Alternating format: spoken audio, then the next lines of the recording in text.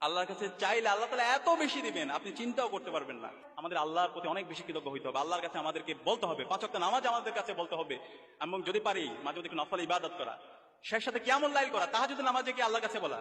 আল্লাহ তাআলা কোরআনের মধ্যে বলেছেন, ইয়া আইয়ুহাল্লাযীনা আমানু ইসতাঈনু বিস-সাবরি ওয়াস-সালাত ইন্নাল্লাহা মা'আস-সাবিরিন। আল্লাহ তাআলা বলছেন, হে বিশ্বাসীরা, তোমরা সালাত এবং সবরের মাধ্যমে আমার কাছে সাহায্য প্রার্থনা করো, নিশ্চয়ই আল্লাহ তাআলা ধৈর্যশীলদের সাথেই আছেন।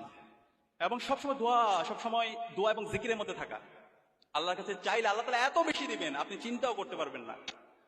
এর পাশাপাশি আল্লাহর কাছে চাইলে আল্লাহ তাআলা এত বেশি দিবেন আপনি চিন্তাও করতে পারবেন না। আমাদের আল্লাহর প্রতি অনেক বেশি কৃতজ্ঞ হইতে হবে। আল্লাহর কাছে আমাদেরকে বলতে হবে, 5 ওয়াক্ত নামাজ আমাদের কাছে বলতে হবে, এবং যদি পারি মাঝে মধ্যে একটু নফল ইবাদত করা, সেই সাথে কিয়ামুল লাইল করা, তাহাজ্জুদের নামাজে কি আল্লাহর কাছে বলা। আল্লাহ তাআলা কোরআনের মধ্যে বলেছেন, ইয়া আইয়ুহাল্লাযীনা আমানু ইসতাঈনু বিস-সাবরি ওয়াস-সালাত ইন্নাল্লাহা মা'আস-সাবিরিন। আল্লাহ তাআলা বলছেন, হে বিশ্বাসীরা, তোমরা সালাত এবং সবরের মাধ্যমে আমার কাছে সাহায্য প্রার্থনা করো, নিশ্চয়ই আল্লাহ তাআলা ধৈর্যশীলদের সাথেই আছেন। এবং সবসময় দোয়া এবং জিকিরের মধ্যে থাকা। আল্লাহর কাছে চাইলে আল্লাহ তাআলা এত বেশি দিবেন আপনি চিন্তাও করতে পারবেন না।